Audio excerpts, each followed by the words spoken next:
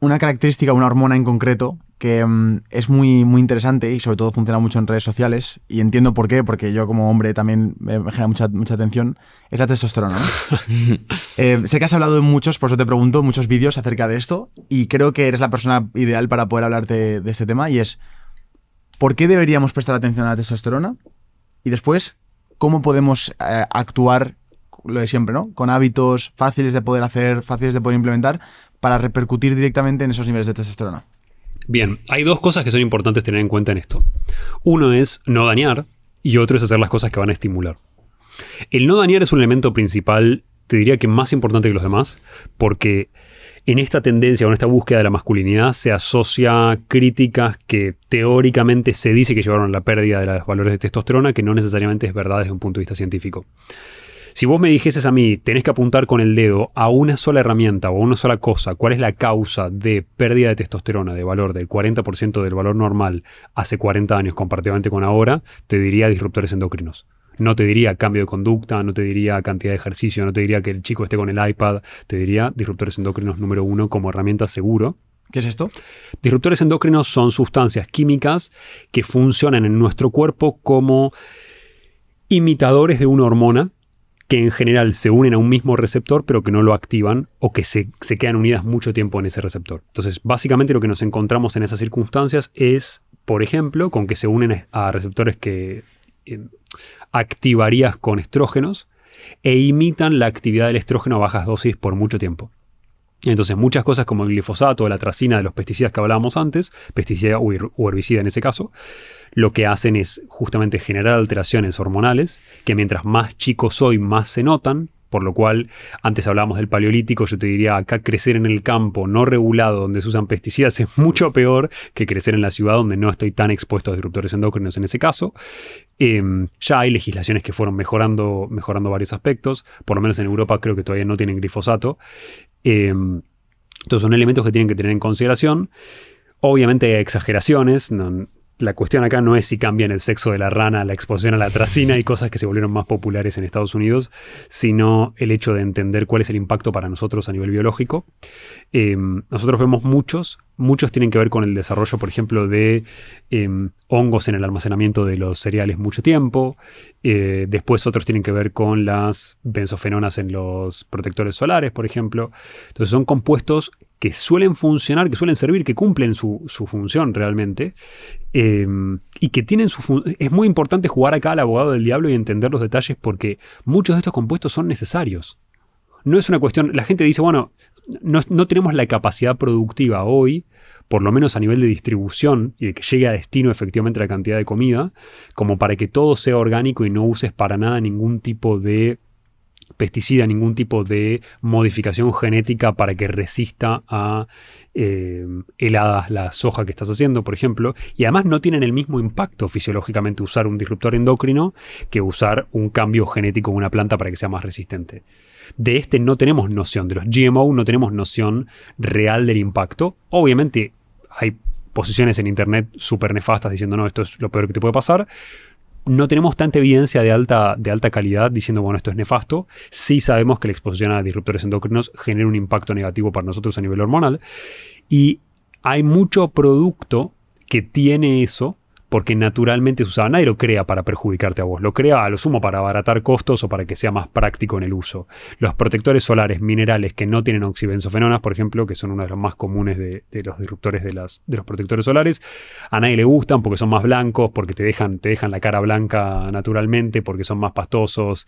Entonces, mucho de lo que tiene que ver con nuestro avance desde un punto de vista de ingeniería química llevó a tener sustancias que después tienen un impacto en nosotros negativo. Y después lo otro que tenemos que tener en consideración dentro de esto, más famoso con los plásticos, si quieren, y los microplásticos, claro, es que el vector a través del cual llegan, pienso en el BPA como el elemento famoso, hoy existen, van a seguir existiendo, y en el instante en el que sabemos que uno hace mal, hay un suplente que es el BPS, que te va a vender el producto que diga sin BPA, pero seguramente haga el 85% de las cosas que hace el BPA. Por ende, hay ciertos consejos, no le vas a poder escapar 100% a los disruptores endocrinos. pero sí es un consejo que te puedo dar y que nosotros, por ejemplo, lo que vamos a hacer en Pulso es agregarle un detector con esa misma idea de, sacar una foto a la comida, bueno, detecta atrás del producto los ingredientes y te armamos una base de datos de disruptores endocrinos para que automáticamente puedas ver si tiene un disruptor endocrino, porque no te vas a acordar los ingredientes ni vas a mirarlos cuando estás en el súper, lo que querés es que alguien lo haga por vos, entonces escaneándolo lo vas a poder identificar. No está terminado, pero sabemos que es necesaria esa herramienta para no estar expuesto. Hoy, a mí, por ejemplo, un disruptor endocrino que me dejó flipando cuando me lo descubrí es los geles de ducha, de la ducha normal. Yo estaba acostumbrado a una educación en la que 2 veces al día me daba jabón, champú. Pensaba que eso era tener una buena higiene. Y de repente cuando es como que te quitas la venda y te das cuenta de que no, de que a lo mejor es más saludable echarte jabón en esa ducha cada 2-3 días o incluso siquiera mirar el filtro del agua que estás poniendo en esa ducha que está entrando en tu piel. Bien, la ducha, el problema del filtro del agua es un problema muy importante porque es un vector a través del cual no solamente podemos llegar a incorporar disruptores endocrinos. La cuestión del disruptor endocrino es que muchas moléculas, sobre todo moléculas, por ejemplo, derivadas del plástico u otros, no sé, metales pesados, son muy difíciles de eliminar. De hecho, tienen una vida útil, una vida muy larga. Por eso está la idea, si querés, que plasma esto muy bien, de que tenemos osos polares con microplásticos en Alaska, con disruptores endocrinos en Alaska. Hostia. Entonces, la cuestión es, hoy, disruptores endocrinos y microplásticos vas a encontrar en todo el planeta, por una cuestión de vida útil que tienen particularmente esa estructura. La idea no es cero, la idea es, bueno, ¿cómo puedo disminuir lo más grave? El filtro de agua de ducha es un paso interesante. Obviamente el filtro de agua de potable, la que usamos para cocinar y para tomar, otro sentido todavía mayor, si querés. Todos esos procesos nos ayudan, no eliminan a cero las cosas, sinceramente, salvo la osmosis inversa que tiene otras contras como sistema de filtración. Y después, por otro lado, los productos que vamos a encontrar van a tener algo de contaminación de plástico. No en todos los países la contaminación es igual de grave. Si querés, pienso todavía peor que el gel de ducha que vos mencionabas en los productos exfoliantes que usan pequeñas pelotas de microplásticos a propósito para generar el efecto de exfoliante, con lo cual te estás exponiendo intencionalmente a eso, pero la mayoría ya están cambiándose, o sea, están renovándose en términos de fórmula, saben que eso está mal, quieren evitar el impacto negativo desde un punto de vista comercial y lo van a cambiar. Nadie te lo crea para perjudicarte en ese sentido. Entonces, limitarte a la exposición de todo lo que tiene que ver con disruptores endocrinos es algo importante para mantener la testosterona, y después, recién en segunda instancia, está todo lo que vos podés hacer para mejorarla. Que si vamos a pensar en un Pareto, en términos de qué sirve más, te diría que lo que más sirve en términos de números, esto lo vi en mi caso personal, es reparar los déficits nutricionales necesarios para que vos tengas las sustancias que la testosterona necesita para producirse. Entonces sabemos que hay 5 sustancias que mejoran mucho la producción. Hay algunas que te mejoran el deseo sexual, que son más indirectas. Pienso en el Tribulus, que fue famoso en su momento. No son tan efectivas, sinceramente, desde un punto de vista de capacidad de aumentar la testosterona. Pero hay 5 que son más clásicas. Una es la creatina, que sabemos que aumenta la producción de testosterona. Lo aumenta de una manera más indirecta que las demás. Y las otras 4 son necesarias para que vos tengas una buena producción. Vale. Y son la vitamina D, el magnesio, el boro, que estos hay que pensar en magnesio y boro porque son 2 minerales completamente diferentes. Entonces, boro la primera vez que lo escucho. ¿Cómo? Boro la primera vez que lo escucho. Boro es un elemento que funciona como oligoelemento en nuestro organismo y que tiene unos estudios un poco contradictorios porque nos mostraban históricamente que no aumentaba la testosterona. Okay. Pero la viveza era que habían usado 1/10 de la dosis que se usa normalmente. Habían usado 1 miligramo y el consejo para aumentar testosterona con boro es 10 miligramos. Entonces, a partir de ahí nos encontramos con ciertos beneficios que puedes llegar a obtener y la medición obvia es, me mido testosterona, tanto libre como biodisponible como total, antes y después de la toma o del uso de boro, si tengo un déficit. Para eso detecto con micronutrientes en la comida y entiendo qué tengo déficit y qué no. ¿Por qué? Porque pasarme no es positivo. Pasarme no me va a dar más testosterona. Ese es el factor que es interesante de estas 4 sustancias, que eran vitamina D, básicamente magnesio, boro y omega 3. Entonces, del omega 3 sí suelo tener déficit. La gran mayoría de la gente consume un desfasaje entre el omega 6 y el omega 3. Entonces, es interesante ir reparando esos desfasajes, ir incrementando la cantidad de omega 3 que consumís y disminuyendo la cantidad de omega 6, que la consumimos a través más que nada de productos industrializados que suelen tener aceites. Y la manera más básica de hacer esto, que es comer más en casa y comer alimentos más ricos en omega 3, por eso el pescado dentro de la proteína animal está más elevado en cantidad semanal, te ayuda a ir disminuyendo la tendencia proinflamatoria que tiene tu propio organismo. A más omega 6 y menos omega 3, más tendencia proinflamatoria. Al revés, vas a tener una tendencia antiinflamatoria. Y me parece muy importante acá marcar que la gente muchas veces piensa de manera binaria, y yo quiero tratar de enseñarles a no pensar de esta manera mecanicista. En longevidad, de la misma manera que nosotros a nivel de información, si querés, de física, fuimos mejorando nuestro concepto, y antes era una idea más mecanicista, más reloj con partes, y hoy la física cuántica te llevó a un nivel de complejidad mucho mayor. Hay que hacer ese mismo salto en términos de longevidad, porque si no nos vamos a quedar con la fantasía ridícula de redes sociales de algo es bueno o algo es malo. Y no funciona así tu organismo, nunca funciona así tu organismo. Entonces excederte en estas sustancias siempre es negativo. Incluso el omega 3, que es súper positivo, es negativo en exceso. Es súper positivo porque todos estamos en déficit y no consumimos las cantidades suficientes. Pero yo no quiero pasarme de omega 3. ¿Por qué? Porque hago un perfil demasiado antiinflamatorio y yo algo de inflamación necesito, por ejemplo, para marcar células senescentes y destruirlas, para destruir bacterias que ingresaron a mi organismo, para hacer muchas cosas que son positivas. Entonces, buscamos un equilibrio, solemos hablar de un lado porque es el lado mayoritario, pero queremos un equilibrio en muchas de estas cosas. El ejemplo obvio son los radicales libres, que todo el mundo dice que nos hacen envejecer, que están mal, etc. Nada de radicales libres es un problema. Para, por ejemplo, estimularnos a producir mitocondrias nuevas, para estimularnos a generar cosas que nos renuevan y que nos hacen rejuvenecer. Estos radicales libres se encuentran en las cosas quemadas, ¿no? O tostadas. Sí, en realidad se encuentran en un montón. Los vas a producir vos cuando produces energía. Se encuentran en un montón de áreas, básicamente. Es un producto, una forma oxidada de una molécula. Vale. Pero lo interesante de esto, desde un punto de vista nutricional, es que boro, magnesio, omega 3 y vitamina D tienen la capacidad, si vos tuvieras en déficit todas estas sustancias, tienen la capacidad de aumentar tu valor de testosterona a más del doble.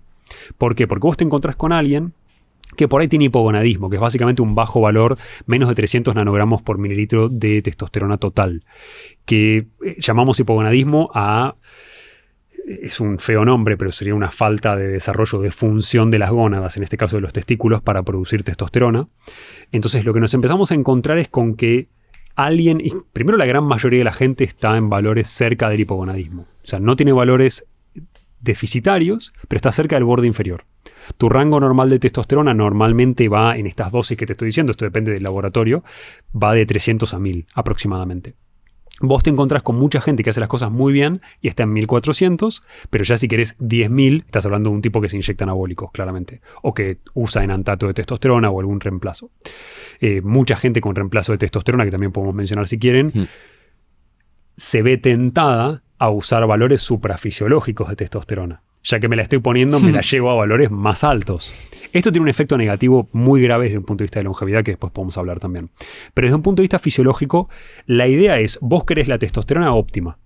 Óptima significa mejor ratio de beneficios versus menor cantidad de efectos adversos. Exacto. Entonces, ahí estás hablando de unos 700, 800 nanogramos de testosterona y podés duplicar ese valor de 300, en muchos casos pasa a duplicar, no quiere decir duplicar porque no todo el mundo va a tener los mismos resultados, esto depende un poco del déficit y de tu capacidad testicular para producirlo. A más joven sos, reparando el déficit, más beneficio vas a tener, porque tu fábrica funciona bien, lo que le faltaba era la materia prima. Entonces, reparando el déficit de vitamina D, reparando el déficit de magnesio, reparando el déficit de todas estas sustancias y agregando creatina, en general la gente ve un incremento muy importante de valores de testosterona.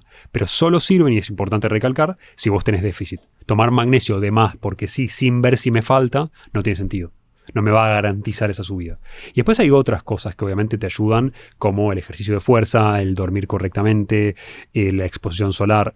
De esas tres te diría que el elemento más importante tiene que ver con no perderte los pulsos de testosterona. Los pulsos hormonales son algo que vos nunca te querés perder, básicamente. ¿Por qué? Porque la idea es que vos no liberás testosterona. Vos liberás glucemia, por ejemplo, liberás glucosa cuando vos la tenés acumulada en hígado, cuando va bajando. Vos no liberás de manera constante la testosterona o la melatonina o ciertas hormonas de tu cuerpo con la hormona de crecimiento. Las liberás en pulsos, en momentos específicos.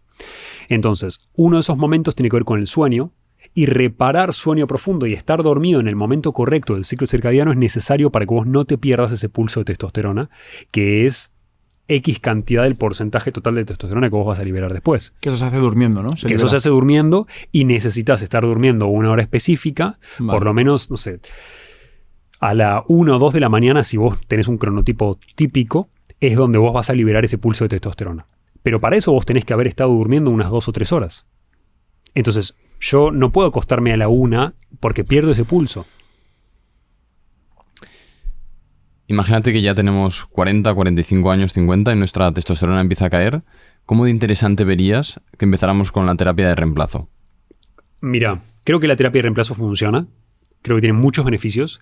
Creo que la gente a la que le fue bien ruega porque sigan usando la terapia de reemplazo hormonal en su cuerpo. Y creo que va a pasar lo mismo con el Ozempic a largo plazo como herramienta. Y creo que es algo desde un punto de vista fisiológico malo, desde un punto de vista de longevidad malo. ¿Malo de longevidad la testosterona? Sí. ¿Por qué? Porque uno naturalmente piensa en los beneficios específicos de la testosterona, perder grasa, ganar músculo, etc. Y dice, bueno, la testosterona claramente es beneficiosa desde un punto de vista de lo que tiene que ver con longevidad. No, es beneficiosa desde un punto de vista de composición corporal, de confianza, de estado de ánimo, de nivel de energía, de muchas cosas que es muy útil. Sin embargo, altos valores de testosterona disminuyen la expectativa de vida en ratones, disminuyen la expectativa en muchos organismos. Y vemos que valores bajos de testosterona aumentan la expectativa de vida en muchos animales. De hecho, muchos animales castrados viven más justamente por esa limitación de los valores de las hormonas sexuales, particularmente las masculinas. ¿Y por qué? No sabemos exactamente el mecanismo por el cual las hormonas anabólicas puedan generar menos expectativa de vida. Nos imaginamos, yo te puedo decir qué me imagino yo en base a la evidencia que he encontrado hasta ahora, que tiene que ver con la estimulación anabólica, que tiene que ver con el equilibrio de generación de nuevo tejido versus eficiencia, no con algo que la testosterona sea mala per se. Básicamente el concepto derivaría de un mecanismo de envejecimiento que llamamos desregulación del sensado nutricional, que es uno de los grandes mecanismos de envejecimiento, que es el equilibrio de percepción de la energía de tus células para determinar si construís tejido nuevo o si sobrevivís. Vale. Entonces, básicamente esto significa que si vos comés de más, vas a generar más estimulación de algo que se llama mTOR, que lo pueden haber escuchado. Es uno de los grandes mecanismos de estimulación de nuevo tejido. Espectacular cuando yo soy niño y estoy creciendo. Muy bueno cuando estoy ganando masa muscular y quiero desarrollar masa muscular. Negativo desde un punto de vista de longevidad. Todas las cosas de longevidad que aumentan nuestra expectativa de vida, que afectan este mecanismo, inhiben mTOR, hacen lo opuesto.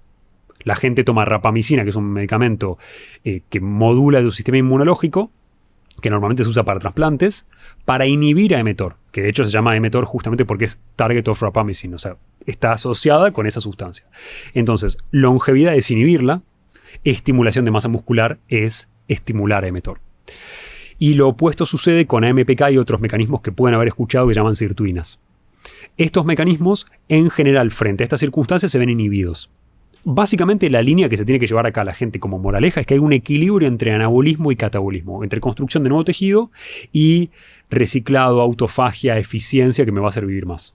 Quiero el equilibrio. ¿Quién necesita ganar masa muscular, estimular testosterona, etcétera? El que es frágil, tiene poca masa muscular, no la desarrolló. Ese tipo, por más que esté incrementando su velocidad de envejecimiento cuando está ganando la masa muscular, le va a convenir ganar la masa y después sostenerla el resto de su vida para vivir más tiempo y vivir más sano.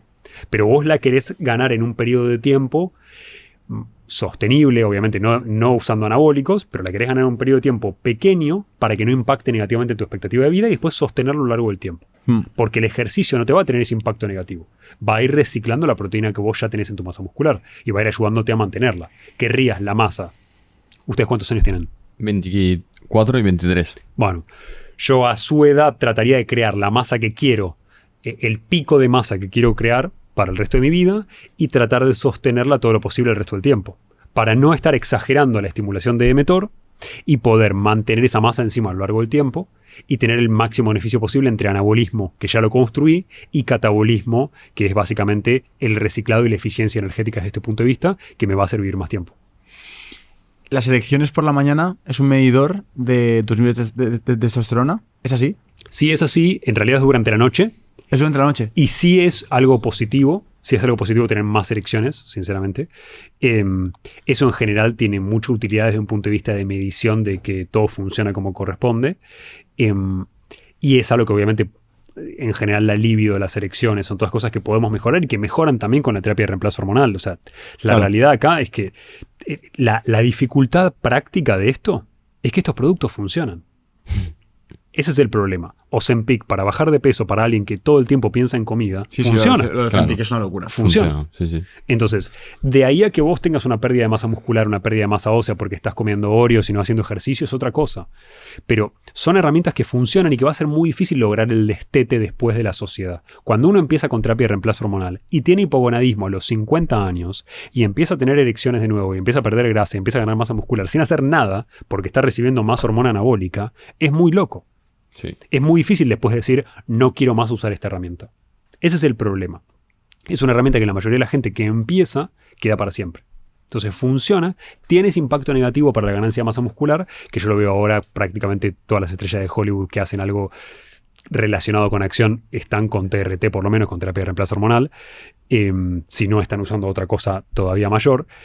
Y lo que hay que entender ahí es que va a ser muy difícil para la gente usar TRT solo hasta el valor correcto y óptimo desde un punto de vista de que no afecte negativamente a tu longevidad. O sea, hay una dosis que puede no llegar a afectar en la longevidad, porque entonces eso es la leche, porque puedes utilizarlo. Podría en términos teóricos, no tenemos la evidencia para decírtelo, desde un punto de vista fisiológico, ¿qué decimos? Hay un valor ideal de testosterona que me va a dar el máximo beneficio y el mínimo efecto negativo, que está en mantener los valores en sangre normales.